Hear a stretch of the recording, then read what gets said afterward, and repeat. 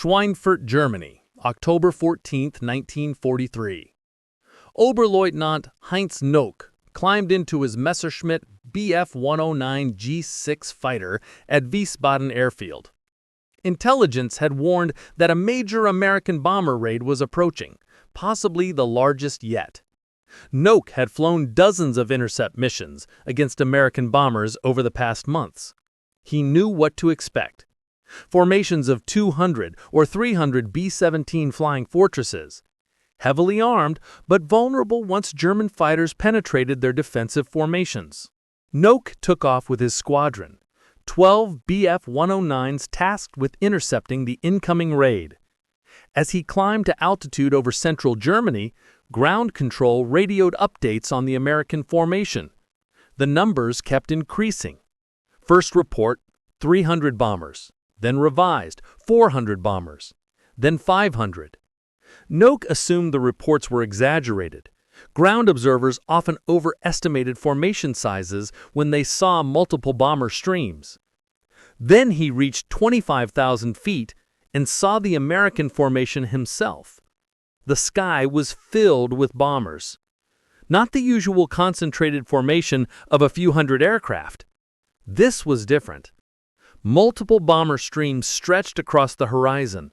Hundreds of B-17s in tight defensive boxes, stacked at various altitudes, covering miles of airspace.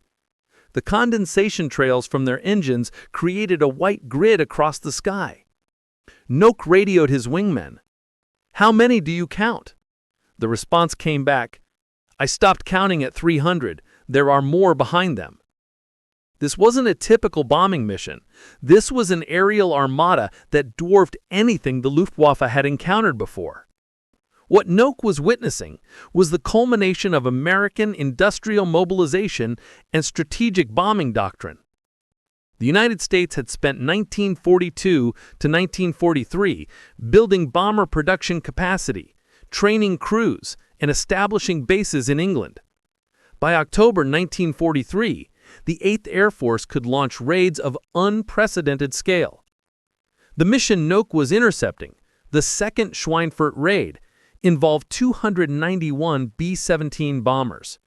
But when combined with escort fighters, support aircraft, and multiple bomber streams attacking different targets simultaneously, the total American aircraft over Germany that day exceeded 1,000. The psychological impact on German pilots was immediate and devastating. Knoke and his fellow Luftwaffe fighters had grown accustomed to numerical superiority, or at least parity with American formations. German fighters would attack in coordinated groups, picking off stragglers and pressing attacks until bombers broke formation. The tactics worked when German fighters outnumbered or equaled American defensive firepower. But against 1,000 American aircraft, numerical superiority was impossible. The Luftwaffe had approximately 800 single-engine fighters defending all of Germany that day. Even if every available fighter was concentrated against this single raid, which was impossible because German forces had to defend multiple targets, they'd still be outnumbered. And the Americans were just getting started. This was one raid. Tomorrow there would be another, and another. The production numbers were overwhelming. Knoke positioned for an attack run on one of the bomber boxes. Standard German tactics called for head-on attacks from 12 o'clock high, diving through the formation at high speed, firing at the lead bombers, then breaking away before defensive gunners could track effectively. Knoke dove toward the formation, lined up his shot, and opened fire. The bomber he targeted, one of dozens in the box, shuddered as his 20mm cannon shells struck the nose and wing, but the bomber held formation. Behind it, 10 more bombers continued undisturbed. Knoke pulled up to avoid collision and defensive fire, then climbed for another attack. He looked back and counted. He damaged one bomber out of 30 in that box, and there were dozens of boxes. The mathematics were brutal. Even if every German fighter shot down one bomber per mission, an optimistically high success rate, they destroy perhaps 100 to 150 bombers. The Americans would lose 10 to 15% of their force. Painful but sustainable. And the next day, American factories would begin replacing those losses, while German factories struggled to replace fighters destroyed in the same battle. The defensive firepower from 1,000 American aircraft was overwhelming.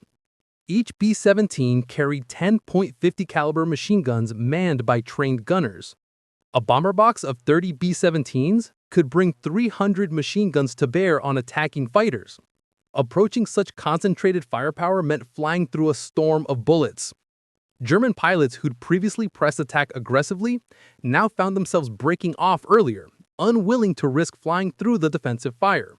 Knoke made 3 attack runs, expending all his ammunition. He claimed 2 bombers damaged, possibly destroyed. Then his fuel ran low. Combat at high altitude consumed fuel rapidly. He broke off and returned to base to refuel and rearm. By the time he could launch again, the American bombers would be over their targets or already heading home. On the ground that we spot him, Knoke and other pilots discussed what they'd seen. The consensus was shocked disbelief. The Americans had launched over 1,000 aircraft in a single day. The Luftwaffe couldn't sustain such operations. German aircraft production, pilot training, and fuel supplies couldn't support daily missions of this magnitude. Yet the Americans apparently could. And this was just one raid from one air force. The Americans had additional bomber forces in Italy, the Pacific, and still building up in England. The second Schweinfurt raid on October 14, 1943, resulted in heavy American losses. 60 bombers shot down and 17 more damaged beyond repair. By traditional military calculations, losing 77 bombers out of 291, 26% loss rate, was unsustainable. The Luftwaffe celebrated the day as a defensive victory. German propaganda reported crushing the American raid and destroying their bombing capability. But German commanders analyzing the strategic situation understood the truth. Yes, they'd shot down 60 bombers, but the Americans had put 291 bombers over Germany in one day. Tomorrow, American factories would begin replacing those 60 losses. Within weeks, replacement aircraft and crews would arrive. The lost bombers would be recovered. Meanwhile, Germany had lost approximately 40 fighters destroying those bombers, fighters that would take months to replace, with pilots that were irreplaceable. Adolf Galland, inspector of fighters for the Luftwaffe, reviewed reports of the October 14th raid and recognized the strategic implications. In his post-war memoir, he wrote, "The day I saw reports of 1,000 American aircraft over Germany, I knew we'd lost the air war. We could shoot down bombers at rates that would make any other nation stop the campaign. But the Americans just kept coming. More bombers, more fighters, more crews. We were fighting an enemy with unlimited resources." The American ability to launch 1,000 aircraft raids represented more than just industrial capacity. It demonstrated a completely different approach to warfare. German military doctrine emphasized quality, superior aircraft, elite pilots, tactical excellence. German fighters were individually superior to many American aircraft. German pilots received extensive training. German tactics were refined and effective. But American doctrine emphasized quantity and sustainability. American aircraft weren't always the best individual performers, but they were produced in vast numbers. American pilots weren't always as experienced as German veterans, but the training pipeline produced thousands of replacements. American tactics emphasized formation discipline and mutual support over individual heroics. The result was a system that could absorb losses that would cripple other nations and continue fighting. Losing 60 bombers in one day was painful, but not crippling. Losing 40 fighters in one day was manageable for America, but catastrophic for Germany. The attrition mathematics favored the side with superior production and replacement capacity. By November 1943, the pattern was established. American raids of 300 to 500 bombers became routine. On some days, multiple raids targeted different objectives. One bomber stream attacking industrial targets, while another hit transportation infrastructure. German fighters had to disperse to defend multiple targets, reducing concentration against any single raid. The introduction of long-range fighter escorts in early 1944 made the situation worse for Germany. P-51 Mustangs with drop tanks could escort bombers all the way to targets deep in Germany. Now, German fighters not only faced overwhelming bomber numbers, they also faced skilled fighter escorts that could protect the bombers and hunt German interceptors. The psychological toll on German pilots was severe. Knoke's diary entries from late 1943 and early 1944 documented increasing despair. He described watching bomber streams pass overhead, knowing he couldn't stop them. He wrote about friends killed in futile attempts to break through escort fighters to reach bombers. He questioned whether continuing the fight served any purpose when defeat seemed inevitable. German fighter pilot casualties escalated dramatically. In 1943, the Luftwaffe lost approximately 8,000 fighter pilots, killed, seriously wounded, or captured. This was more than the total number of fighter pilots Germany had at the beginning of 1943. The losses should have eliminated German fighter forces entirely, but desperate measures kept units operational. Pilot training was compressed, reducing the time from enlistment to combat assignment from 18 months to as little as 6 months. This produced barely competent pilots who lacked the skills to survive combat against experienced American crews. These replacement pilots often died on their first or second missions, requiring constant recruitment of new replacements who were equally unprepared. Fuel shortages constrained training further. By 1944, German pilot training programs had to reduce flight hours because aviation fuel was needed for combat operations. Pilots reached operational units with inadequate practice, making them even more vulnerable. The spiral was self-reinforcing. Inadequate training led to higher casualties, requiring more replacements who received even less training. Meanwhile, American pilot training programs expanded. By 1944, the United States was training over 100,000 pilots per year, far more than needed to replace combat losses. American pilots reached combat units with hundreds of flight hours. They'd practice gunnery, formation flying, navigation, and combat tactics extensively before facing enemy fighters. The economic disparity was staggering. American aircraft production in 1944 exceeded 96,000 aircraft of all types. German production was approximately 40,000 aircraft. American pilots logged more training hours than German pilots had total flight time. American factories produced aluminum, aviation fuel, ammunition, and spare parts in quantities that dwarfed German capacity. Knoke survived the war, one of relatively few Luftwaffe fighter pilots who flew continuously from 1941 to 1945 and lived. His memoir described the evolution from confidence to despair. In 1941 to 1942, German pilots believed they were winning. In 1943, they recognized the war was becoming difficult but still thought victory was possible. By 1944, most pilots understood they were losing, but continued fighting out of duty, desperation, or inability to see alternatives. The October 14, 1943 raid, when German pilots first saw truly massive American bomber formations, marked a psychological turning point. Before that day, German pilots believed they could defend German airspace through skill and determination. After that day, they understood they were fighting an enemy that could replace losses faster than Germany could inflict them. The 1,000 aircraft figure became symbolic for German pilots. Whether the exact count was 900, 1,000, or 1,100 didn't matter. What mattered was the scale. Formations so large they filled the sky, representing industrial capacity beyond anything Germany could match. American commanders understood the psychological impact.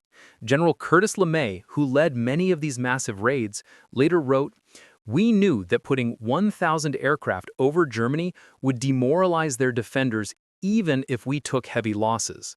It demonstrated that we had unlimited resources. They could shoot down 100 bombers and we'd send 200 tomorrow. Eventually, they'd run out of fighters, fuel, or pilots." The strategy worked. By spring 1944, German fighter resistance had weakened significantly despite desperate efforts to maintain defenses. Veteran pilots were dead or incapacitated. Replacements lacked skills to be effective. Fuel shortages grounded aircraft. Industrial bombing damaged production facilities. The Luftwaffe that had dominated European skies in 1939-1941 was a shadow of its former capability. The progression was clear in German records. In early 1943, Luftwaffe fighter units typically shot down 5 to 10% of attacking bombers, a respectable defensive success rate. By mid-1943, this had dropped to 3 to 5%. By early 1944, it was often below 2%. Not because German pilots weren't fighting, they were, but because American formations were so large, so well protected, and so numerous that even heroic defensive efforts couldn't stop them. Noke's final diary entry about bomber formations came in March 1945. He described watching a raid pass overhead without attempting to intercept. His unit had no fuel for combat operations. The bombers flew to their targets undisturbed while German fighters sat grounded. He wrote, "We've lost. Not because we lack courage or skill, but because they have more of everything than we can possibly counter." The German pilots who first saw 1,000 American bombers in October 1943 understood immediately what it meant. This wasn't a temporary surge or maximum effort. This was sustainable American capability that would continue day after day until Germany was defeated. The industrial disparity that Admiral Yamamoto had warned about when Japan attacked Pearl Harbor was now destroying Germany from the air. Germany's war production continued fighting until the end, producing aircraft, training pilots, and defending against raids. But the outcome was determined by mathematics and industrial capacity. America could build, man, and operate 1,000 aircraft raids routinely. Germany couldn't stop them. The day German pilots saw that reality in the sky above them was the day they knew air superiority was lost permanently. October 14, 1943, the day the sky filled with American bombers, the day German pilots stopped counting at 300, the day they understood that courage and skill couldn't overcome industrial superiority, the day Germany lost the air war, even though the fighting would continue for 18 more months.